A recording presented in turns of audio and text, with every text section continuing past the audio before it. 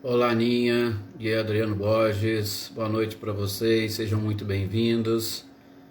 E desde já, tenha certeza que nós já estamos aqui em orações pela Júlia, tá? Por toda a família, a Rosilda e a família toda está aqui nas nossas orações. Olá, Andréia Dantas, Adriana Dantas, Edivaldo Dantas, boa noite também, Rodinei, que prazer e satisfação tê-lo aqui. Anitta e Clarindo, boa noite para vocês, boa noite também, Nadissan, seja bem-vinda. Olá, Lídia, boa noite.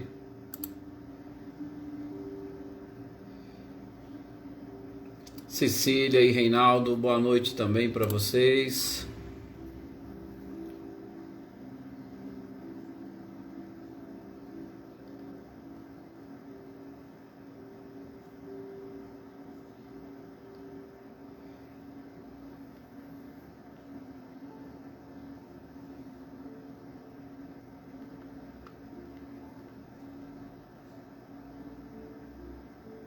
Edna Bueno, boa noite também, seja bem-vinda.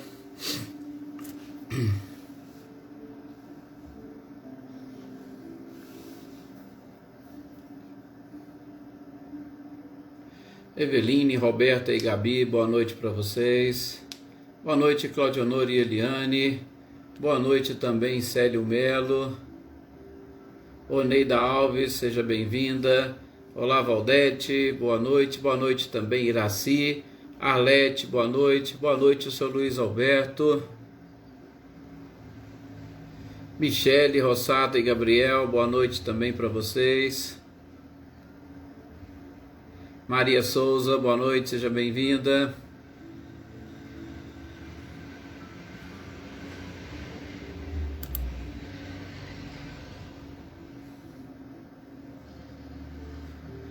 Isso, muita paz e luz para todos nós, né, Valdete?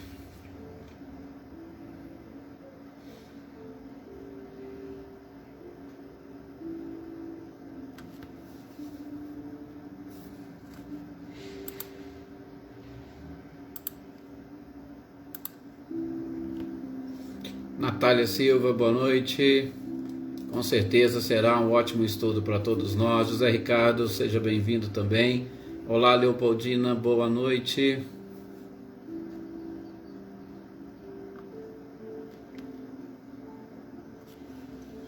Jossanã, boa noite. Seja bem-vinda. Rosilda Martins, boa noite também. Seja muito bem-vinda.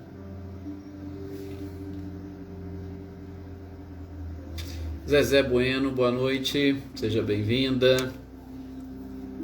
Gente, vamos então fazermos a nossa prece. Pedimos a Jesus e a espiritualidade a permissão para nós iniciarmos as reflexões desta noite. A Eveline aqui também pedindo preces para o seu neto Vitor. Está aqui nas nossas orações, Eveline. Anotadinho também no nosso caderninho. Que a espiritualidade possa, inclusive, derramar essas energias e bênçãos a todos. Como nós dissemos também agora há pouco, a nossa companheira Aninha, pedindo orações para a Júlia, sua sobrinha, e para toda a família, né? Que eles possam ser envolvidos pela espiritualidade. Boa noite, Serena. Seu Luiz, amanhã é dia de Tiradentes, feriado, e nós vamos conceder essa folga, né? Para vocês também curtirem aí os familiares, curtirem as visitas, sempre tem, né? Então amanhã, feriado, nós vamos deixar esse tempo livre aí para vocês também descansarem. Dona Luzia, boa noite também, Ronaldo Fac, Sônia Ferreira, boa noite. Então vamos fazer a nossa prece, a gente estava aqui iniciando, né? Olá, Luísa Nalim, boa noite. Estávamos aqui iniciando a nossa prece por todas essas pessoas que seus nomes encontram-se aqui no nosso caderno de orações, de intenções, por todos aqueles cujos também nomes encontram-se no nosso pensamento, no nosso coração, quem gostaríamos de dedicar estas nossas orações. Pedimos para que a espiritualidade envolva cada um em particular e que as nossas energias, as energias e vibrações de todo o grupo possam nesse instante se unirem e serem distribuídas segundo a necessidade e o merecimento de cada um por esta espiritualidade maravilhosa que nos cerca e nos envolve. Que a paz possa estar efetivamente dentro do nosso coração, que nós cultivemos a paz no nosso coração para que ela possa transbordar e influenciar todos aqueles que estão à nossa volta, todos aqueles que compartilharem da nossa vida, da nossa existência, que compartilharem dos nossos pensamentos e dos nossos atos. Que essa paz esteja e seja reforçada pelo amor de Jesus, pelo amor que ele tem para com toda a humanidade, amor esse que encontra-se expresso nos seus ensinamentos, de modo muito especial a estas bem-aventuranças que representam um verdadeiro roteiro, um verdadeiro caminho para chegarmos à felicidade e à perfeição. Que estejamos com a nossa mente e coração abertos, que estejamos concentrados para assimilar tudo aquilo que a espiritualidade separou e preparou para esta noite, e que com muito amor e carinho, arquivando nas nossas janelas de memória, tenhamos a facilidade para colocar em prática todas essas informações, todos esses ensinamentos. Que assim seja, realmente que estejamos abençoados, protegidos e amparados e que possamos perceber toda esta luz e bênçãos. Adriana Valério, boa noite. Olá, Filomena, boa noite também. Seja muito bem-vinda. A Zezé, lembrando aqui, né, 5 meses do retorno à pátria espiritual do nosso querido Paulo Henrique. Sim, que as nossas orações cheguem até ele e que de alguma forma ele também esteja aí nos acompanhando, nos assistindo sob a proteção e bênçãos da espiritualidade, né? Boa noite, Alessandra, Tobaldini, Maria Eleusa, boa noite, que bom, que deu certo de estar aqui hoje. Maria Regina, boa noite, seja bem-vinda. Olá, Dina, boa noite também, seja muito bem-vinda. E, gente, hoje nós vamos iniciar o capítulo 10 do Evangelho segundo o Espiritismo, Bem-aventurados os que são misericordiosos. Um capítulo muito interessante e a gente já vai ver a partir desta aula de hoje, né, Célia Furtado, boa noite, o quanto o próprio Cristo foi muito sábio nas suas palavras e o quanto também o próprio codificador deixou para nós neste processo de codificação ou de sistematização dos estudos, algumas informações que são de extrema importância e que muito nos auxilia, né? Marcileia, Guilherme, Luciano, boa noite também, Selma e Dinho, boa noite, Ricardo Cardoso. E é assim, realmente, eu sei que eu fico até sendo muito redundante quando eu falo, né? Mas são capítulos, são textos, são trechos fantásticos, e a cada dia que passa a gente fica mais apaixonado, não aquela paixão no sentido de fanatismo, mas apaixonado por essas informações e esses conhecimentos que são realmente maravilhosos, né? Carlinhos Rabelo, boa noite também, Sr. Antônio Pazotto, Glória Quirino. Então, espero que vocês consigam nos acompanhar, porque nesse capítulo a gente vai ver alguns textos, como por exemplo, perdoai para que Deus os perdoe, que é o nosso primeiro título, reconciliação com os seus adversários, sacrifício mais agradável a Deus, o argueiro e a trave no olho, né? Também um texto bem interessante, não julgueis para não serdes julgados, atire a primeira pedra aquele que estiver sem pecado. A passagem da mulher adúltera é de conhecimentos e informações incríveis. Veremos também nas instruções dos Espíritos perdão das ofensas, sobre a indulgência e aquelas perguntas que foram feitas no finalzinho, né? Se é permitido repreender os outros, notar as imperfeições dos outros e divulgar o mal dos outros. Tudo isso está aqui relacionado nesse capítulo 10, Bem-aventurados os misericordiosos, que pela nossa introdução vocês vão exatamente ver e identificar a profundidade de todos esses ensinamentos. Boa noite, Marinha, seja muito bem-vinda. Nós quem agradecemos sempre a oportunidade de fazermos orações pelas pessoas, por todos esses nossos irmãos. Olha lá, ó. A Helena retornou ao plano espiritual. A gente sabe determinadas encarnações, né? ou reencarnações que são muito curtas, mas de ensinamentos incríveis, e também são reencarnações de uma reparação sem precedentes, né? Reparação sem precedentes. E a gente espera, né, Marinha, que todos da família possam se sentir envolvidos e abraçados por Jesus e pela espiritualidade, sobretudo para compreender a grandiosidade do Criador, que são detalhes, que são pontos que nós vamos identificando nessas nossas leituras e nesses nossos estudos. Gente, perdoai para que Deus vos perdoe. O primeiro título que Kardec nos apresenta nesse capítulo, e ele já começa justamente com um trechinho das bem-aventuranças do capítulo 5 do Evangelho de Mateus. Bem-aventurados os que são misericordiosos, porque alcançarão misericórdia. A partir do momento que lança-se a misericórdia a essa condição de bem-aventurança, ou essa condição de felicidade, ou para nós conquistarmos a extrema felicidade, a misericórdia é um dos pontos básicos. É super importante nós entendermos. É super importante nós compreendermos bem o que vem a ser essa misericórdia, né? José Henrique, boa noite, seja bem-vindo. Boa noite também, Andréia Vieira, seja bem-vinda. É importante, interessante a gente compreender o alcance de todas estas expressões e a misericórdia acima de tudo. Por quê? A misericórdia, vai dizer o codificador, ela é irmã da brandura que nós aprendemos no capítulo anterior, dessa passividade que a gente precisa ter, passividade no sentido de pacíficos, de termos o coração repletos de paz. Isso é o que nós precisamos. Então, são virtudes irmãs, são virtudes que caminham juntas, misericórdia e mansidão. E aí vem, claro, sempre a compreensão. E se nós queremos ser bem-aventurados, se nós queremos atingir a perfeição, nós não podemos deixar de passar pelas portas da misericórdia.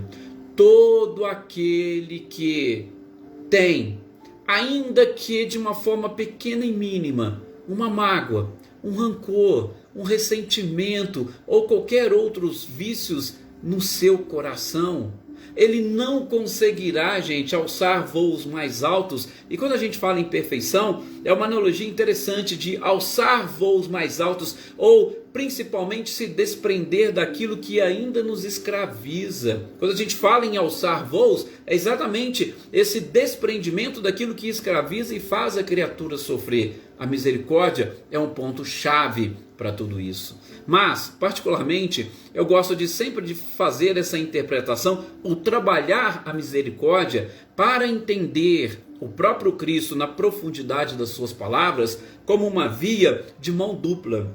Uma via de mão dupla em que sentido? Justamente no sentido de que, para que eu possa merecer a misericórdia, eu tenho que ser misericordioso.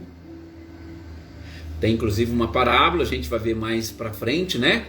Do administrador que chama as pessoas, né, para tomar conta das dívidas que cada um tinha, e que ele perdoa de uma quantidade considerável de valores, e aí quando chega, ele sai dali, e o outro que devia um mínimo para ele, ele mandou prender e tal. Então eu gosto sempre de trabalhar, né, Helena Coelho, boa noite, na misericórdia como essa via de mão dupla, ou seja, para que eu mereça, eu tenho que praticar. Por quê? Ou em qual sentido nós estamos dizendo isso? Gente, é no sentido de que somente aquele que é capaz de perceber e sentir realmente lá no seu coração os efeitos da misericórdia é que conseguirá compreender o quanto Deus é misericordioso para conosco. Nós seremos incapazes, seremos completamente incapazes de entender a misericórdia se nós não a praticarmos. Aliás, entender Deus sem praticar virtudes é impossível. Só quem sabe, só quem sente, só quem vivencia, né? Por isso que a espiritualidade fala que a gente precisa passar por todas essas fases evolutivas para a gente conseguir conquistar a felicidade e a perfeição. Porque só quem está exatamente passando é que vai saber dar o devido valor a estas coisas. Então, para que eu sinta o quanto a misericórdia divina me abrange, eu tenho que praticar a misericórdia com todos aqueles que estão. É a questão desse servidor infiel. Opa, o Senhor me perdoou uma quantidade imaginável e agora eu não consigo perdoar, então eu não consigo sentir o perdão, eu não consigo sentir a misericórdia que vem do meu próprio Senhor. Por quê? Porque o meu coração está maculado. É mais ou menos assim. E às vezes, o que acontece com a humanidade? Ela cobra a misericórdia de Deus. A gente cobra o perdão de Deus. A gente cobra uma postura totalmente diferente do Criador. Mas nós só vamos perceber as bênçãos enviadas quando a gente, por isso que eu falo, uma via de mão dupla, quando a gente consegue efetuar o nosso próprio perdão e ser misericordioso. É até interessante porque a gente percebe muito, sobretudo nesse período de transição, nós estamos aí diante de uma guerra, tá? A guerra lá na Ucrânia, e eu vejo tanta gente falar, olha, precisamos rezar para os ucranianos e tal. Então parece assim que o mundo tomou as dores da Ucrânia. Mas por que a gente não pode e não deve rezar pelos russos? Por que nós não devemos praticar o perdão para com os russos? Por quê? Porque nós ainda, infelizmente, estamos distantes. E aí como é que a gente vai conseguir entender Deus? Como é que a gente vai conseguir perceber a misericórdia divina se a gente não consegue perdoar? Se a gente não consegue sentir o quanto o perdão é realmente algo grandioso e faz bem para a nossa própria alma? Então eu só consigo perceber o perdão de Deus se eu sentir também o quanto é grandioso perdoar aquele que está à minha volta. O que a gente acha sobre o perdão e a misericórdia é que Deus, a gente pede, Deus me perdoe, Deus seja misericordioso, e é como se Deus estalasse os dedos e tirasse dos meus ombros todo o peso. É como se eu sentisse ou eu cobrasse de Deus que ele me desse um apagão, e neste apagão eliminar completamente as minhas faltas, eliminar aquilo que eu chamo de pecados. Mas eu não posso esquecer, acabamos de dizer, citando Kardec, né, Marcelo José? A misericórdia, ela é irmã da mansidão, é irmã da paz. Não tem como, as duas sempre caminham juntas, e poderíamos até dizer irmãs gêmeas. Se eu sou manso e humilde de coração, como dizia o Cristo, eu vou saber o que é perdoar e o quanto o perdão faz bem para a própria alma. Boa noite, Gisela, seja muito bem-vinda. E a gente vai cair na própria questão do orgulho. Sim, quem não perdoa ou quem tem dificuldade de perdoar é porque ainda é orgulhoso, acha que não merece. Olá, Marilza Abreu, boa noite, seja bem-vinda. Espero que tenha dado tudo certo aí com agora a sua página, né? A Marilza teve um probleminha na página dela do Facebook. Então, particularmente, eu preciso ver e entender, sentir, para que eu possa. Jesus disse, amai ao próximo como amamos a nós mesmos. Olha, a medida é a mesma. Como você se ama? O quanto você se ama? Porque o amor seu ao próximo não vai ser maior do que o amor que você tem para consigo mesmo. E eu estou falando de amor.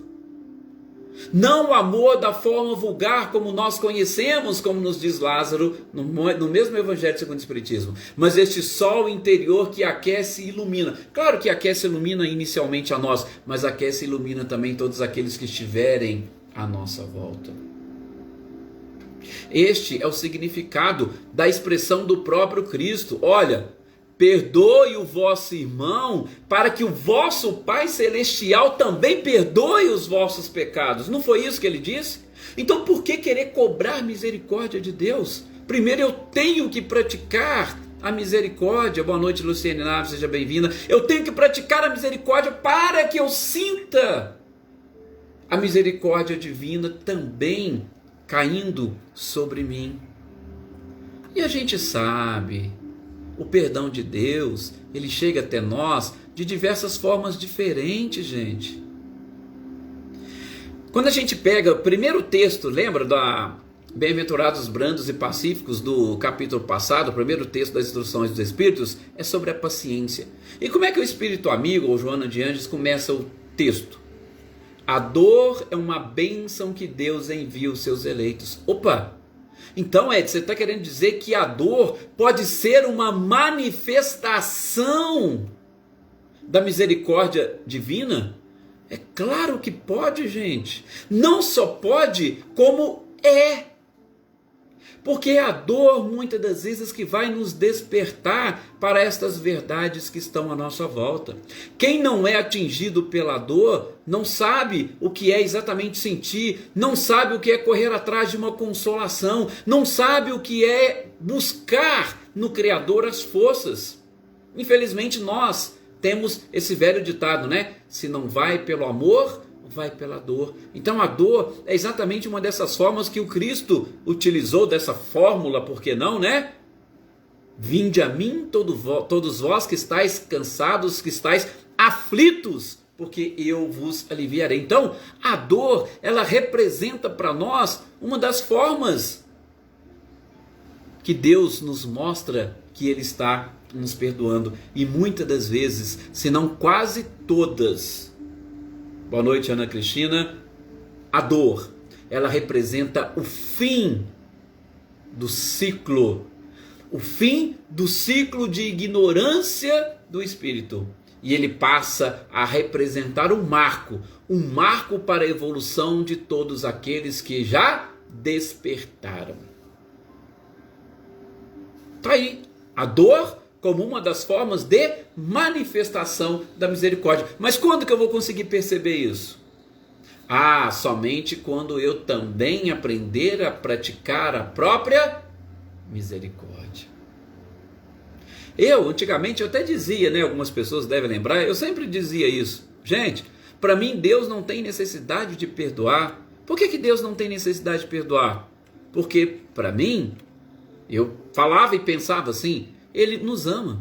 Quem ama não necessita perdoar. Só necessita perdoar quem se sente magoado. Agora, eu vou falar que Deus se sentiu magoado de alguma forma? Ah, claro que não, porque senão Ele não seria Deus. Então Ele não tem necessidade de perdoar, por quê? Porque o seu amor, Ele inclusive é compreensão. Ele sabe quem nós somos. Ele sabe que nós somos ainda crianças, que somos crianças ignorantes. E Ele sabe que tudo aquilo que a gente fizer aqui, nós mesmos vamos acarretar uma contraprestação, uma contrapartida. E isso é que vai trazer o sofrimento, então não vai ser nenhum tipo de castigo. Então, eu falava e dizia muito isso. Deus não tem necessidade de perdoar, por quê? Porque Ele nos ama. Pergunta para uma mãe que sabe que o seu filho é complicado e às vezes, né, alvo de crítica de quase toda a sociedade. Mas pergunta para uma mãe que ama efetivamente o seu filho, o que ela acha de tudo aquilo? Ela vai sempre dizer e achar que o seu filho é um santo. E ela não vai sentir necessidade em momento algum de perdoar. Não perdoar não, ela vai arrumar até justificativa. É só assim, para a gente ter uma ideia, uma noção do que vem a ser esse próprio perdão. Tá? Então, vamos pensar um pouquinho nisso, porque as leis divinas, elas estão expressas, gente, exatamente nos nossos comportamentos. Quando está lá na questão 621 do Livro dos Espíritos, onde estão escritas as leis de Deus, nós aprendemos na consciência. Então, as leis divinas estão todas expressas nos nossos atos e nos nossos pensamentos. Só que a gente precisa descortinar, a gente precisa revelar, ou precisamos levantar o véu para a gente conseguir enxergar essas leis. E a misericórdia vem nos mostrando mais uma delas. E eu vou dizer, se me permitam, né, acrescentando aqui mais alguns pontos naquilo que o próprio codificador traz, vou dizer para vocês que a grande dificuldade nossa, sobretudo no perdão, é a falta de auto-perdão. Acabamos de dizer, uma via de mão dupla. Eu tenho que ser misericordioso para eu sentir a misericórdia, né? E às vezes a gente até se apega naquela frase de Pedro, né? Ai, mestre, quantas vezes deverei perdoar? Não, você deve perdoar 70, não, 70 vezes, 7 vezes. E aí vem aquelas interpretações, cada ofensa, ou seja, o perdão tem que ser infinito. Você tem que perdoar sempre. A questão é essa. E às vezes a gente se apega nisso. Por quê? Porque a gente lança a culpa sempre no outro. O outro fez isso, o outro fez aquilo, então eu preciso perdoar. Mas a nossa dificuldade para mim não está aí. A nossa dificuldade para mim está exatamente no auto-perdão. Porque quando a gente aprende com essa misericórdia, a gente não terá mais, nós não teremos mais nenhuma dificuldade. E a gente vai perceber a misericórdia divina. E a prática do auto-perdão, ela é complicada. Por quê? Porque, gente, para se auto-perdoar, você tem que, acima de tudo, se auto-conhecer. E quem se autoconhece? Né? Marcelo está falando aí, a sociedade hoje é muito assim, né? Fala-se muito nisso, mas pratica-se quase que nada. A gente vai ver aqui mais para frente as formas de se perdoar que muitas pessoas utilizam, mas eu gostaria de trabalhar um pouquinho essa questão do auto-perdão, por quê? Porque, gente, nós, na minha visão, tá? Por favor, somos tão carregados de culpa que, na grande maioria das vezes, nós nos sabotamos de tal forma. Já viram falar em autossabotagem? Pois é, vamos trabalhar um pouquinho essa questão da psicologia aqui. Nós nos autossabotamos de tal forma que a gente não consegue entrar. É o que a gente está falando, a questão do amor, da autoestima. Eu preciso me amar para que eu possa amar o próximo. Eu preciso me perdoar para que eu tenha possibilidades e condições de perdoar o outro. É sempre assim. Você pratica primeiro dentro de casa. A caridade começa em casa. Qual casa? A nossa primeiro. Então, se auto-perdoe para que você possa expandir esse perdão para fora. E aí você vai sentir a misericórdia divina quase que automaticamente. Tá? Mas só para a gente falar um pouquinho, o que seria essa autossabotagem? É quando a gente age contra a gente mesmo. Vocês que estão refletindo comigo, vocês já se pegaram neste processo de autossabotagem? Porque se nós nos encontrarmos, se nós nos enxergarmos, eu vou citar aqui para vocês algumas formas mais comuns de autossabotagem. Mais comuns, não estou querendo dizer que sejam todas, tá? Mas eu vou citar 6 formas de autossabotagem aqui, tá? Olá, Heitor, boa noite, seja bem-vindo. Então, só para vocês verem se vocês se encaixam dentro disso, né? Maria do Carmo, boa noite. Boa noite a todos vocês que já entraram aqui depois, nós não tivemos a oportunidade de cumprimentá-los. Se vocês se encaixar dentro de uma delas, repito, nós temos essa autossabotagem e automaticamente nós temos dificuldade de auto-amor, dificuldade de auto-perdão. É claro, nós estamos no mundo de provas e expiações. Não resta dúvida, né? O Marcelo ainda comentou ali. Mas, gente, dificuldade de auto-perdão. Primeiro, autossabotagem, vitimização. Vocês já se pegaram se colocando como vítimas? Eu tenho quase certeza que quase todos nós. E o que a gente faz nesse processo de autossabotagem, numa dessas formas que é a vitimização? A gente começa a procurar justificativa dos nossos próprios sofrimentos. Para quê? Para a gente obter algum tipo de gratificação. Edson, obter gratificação? Sim. Gente, é muito comum nas conversas, a pessoa chega e fala, nossa, eu estou com um problema, eu estou com uma dor aqui. Nossa, a gente está citando aqui, né? Me permita um exemplo. Fulano perdeu uma filha, aí alguém vai chegar e falar assim, não, mas você não sabe, eu já passei coisa pior, E aí a gente começa, a troco de quê? a troco do outro realmente falar, ó, reconhecer, não, realmente, né? A gratificação está aí. Você sofreu muito mais do que eu, querendo a comiseração dos outros, querendo algum tipo de gratificação. Esse é um processo, um exemplo do processo de vitimização. Aí eu te pergunto, uma pessoa que se auto-sabota dessa forma, ela vai conseguir ser feliz? Ela vai conseguir praticar o auto-perdão? Não, por quê? Porque o negócio dela é sempre exaltar e de preferência, né? Criar, construir um altar para colocar o seu sofrimento acima de tudo. E como é que você vai perceber e sentir a misericórdia divina? É impossível. Se o outro relata um episódio que ele demonstra o seu sofrimento, uma das coisas que você deveria fazer é justamente perdoá-lo. Nossa, perdoá-lo porque ele não fez nada para mim? Não. Pratique esse auto-perdão consigo mesmo e com ele ensine a ele a se auto-perdoar. Pratique o perdão. Olha, Deus te perdoa. Isso que veio para você é uma bênção. Tenta enxergar o Criador, tenta enxergar as leis do Criador.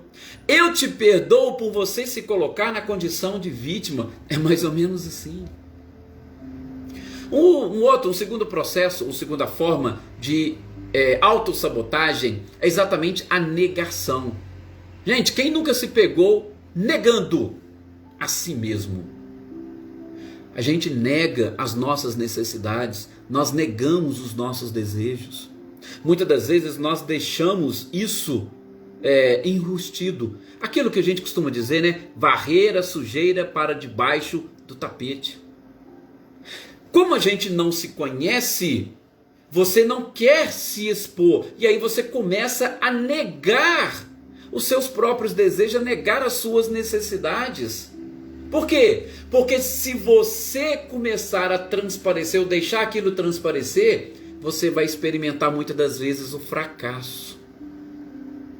Ora, você começa a se auto-sabotar, se negando. Opa, eu negando, eu não vou dar guarida a este desejo, a essa necessidade. Eu não dando, eu não corro risco de fracasso. Por quê? O orgulho não vai me deixar reconhecer nunca que eu fracassei em algum momento. Então veja como que a autossabotagem. Aí eu te pergunto, quem não consegue ter esse autoconhecimento, trabalhar e conhecer bem suas necessidades, os seus desejos, começa a se sabotar e julgar isso para debaixo do tapete, como que essa pessoa vai conseguir se auto-perdoar? Não vai dar tempo hoje, mas no próximo encontro eu falo para vocês de algumas dicas, 12 dicas, para ser mais preciso, para a gente começar a vencer esse processo de autossabotagem. 12 dicas. Isso é a psicologia que fala. É só dando uma pitadinha a mais naquilo que o próprio codificador nos trouxe para a gente conseguir entender no nosso mundo moderno um pouquinho dessa misericórdia que Kardec nos propõe como reflexão e que o Cristo já havia dito lá atrás e que a gente pode tranquilamente identificar em muitas das suas passagens, em muitas das suas conversas com seus discípulos, com seus apóstolos e com as mais variadas pessoas. Uma outra forma de autossabotagem é a culpabilidade. Gente, quando nós nos culpamos, vocês acham que a gente se culpa por quê? Eu reconheço que eu sou... Não, pensem bem. Muitos de nós nos culpamos para a gente não ter que enfrentar o julgamento dos outros.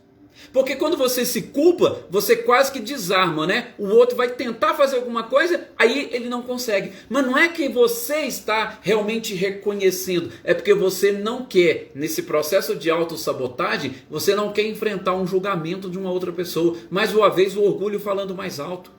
Veja como é muito tênue essa linha que divide a virtude do próprio vício, sobretudo do orgulho, é muito tênue.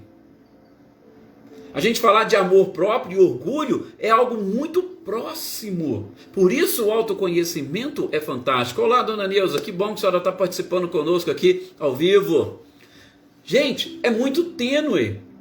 Então, pensem, quando nós nos culpamos por alguma coisa, a gente se culpa para evitar o julgamento dos outros? Ou a gente realmente reconhece que nós erramos, nós equivocamos, mas que, claro, amanhã a gente não vai mais praticar os mesmos erros? Por que as pessoas acabam sempre praticando o mesmo erro? Porque essa culpa que ela sente nesse processo de autossabotagem não é a culpa reconhecendo a sua responsabilidade, mas infelizmente é uma culpa para evitar o julgamento do outro. E aí ele entra num ciclo punitivo de autocobrança que não tem nenhum tipo de validade para nós. Joana de Anjos fala muito disso. Uma das coisas piores que o ser humano poderia exatamente buscar é este, aspas, sentimento de culpa. Uma outra forma de sabotagem ou de autossabotagem que eles falam é da procrastinação. Nossa Senhora, quantos de nós, sempre deixamos para depois. Vamos deixar essa tarefa para depois, vamos deixar isso para depois. Gente, isso é um mecanismo de defesa e de autossabotagem, exatamente por quê? Porque a gente não quer experimentar aquela nossa sensação de incapacidade. Ah não, na próxima encarnação eu resolvo isso, eu não vou conseguir.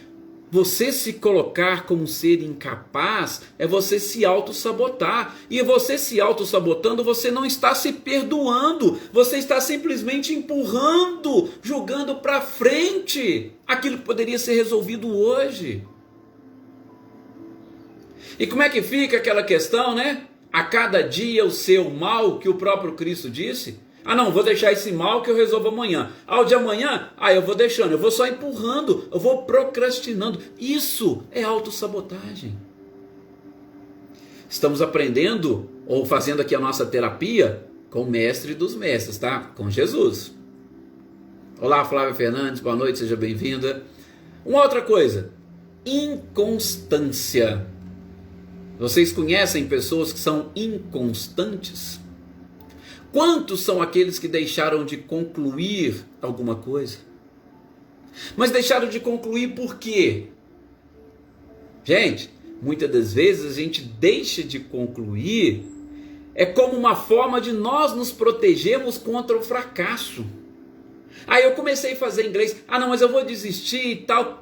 Por quê? Porque você não admite o fracasso, que você não vai conseguir chegar lá na frente e fazer ou falar como muitas outras pessoas. E aí o comparativo, A gente sempre tem a comparação, acaba nos atrapalhando. Muitos de nós fazemos isso. Desiste no meio do caminho para não experimentar. Não, é porque eu desisti, eu não fui até o fim, por isso que eu não sei, por isso que eu não... Tá vendo? Só que é o seguinte, quem se auto-sabota dessa forma, sendo inconstante e desistindo, ele também nunca vai experimentar as consequências do sucesso. Ele vai sempre desistir antes. E como é que você vai,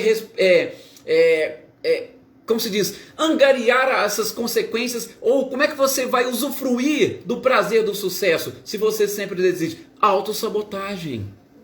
Autossabotagem que também vai nos impedir de quê? De nos elevar, de evoluir, de crescer, de auto-perdoar-se. E por fim, para a gente fechar aqui, o medo. A gente sabe que o medo é sim uma das emoções básicas, mas o medo, sobretudo quando ele é excessivo, ele representa sim uma forma de autossabotagem. Por quê? Porque o medo vai deixar ou vai fazer com que nós não façamos determinadas coisas, que nós não praticamos determinados atos, que nós não enfrentemos determinadas situações. E o medo é uma forma de autossabotagem. A gente vai fechar por aqui justamente por conta do nosso horário. Mais uma vez agradeço a todos vocês. E como eu disse, amanhã é feriado, então que vocês descansem, recebam aí as suas visitas ou vão fazer as suas visitas. Tenham um ótimo feriado de muita paz, de muita tranquilidade, de muito descanso, de bastante reflexão e que Jesus continue os abençoando sempre. Muita paz, excelente noite e até o nosso próximo encontro.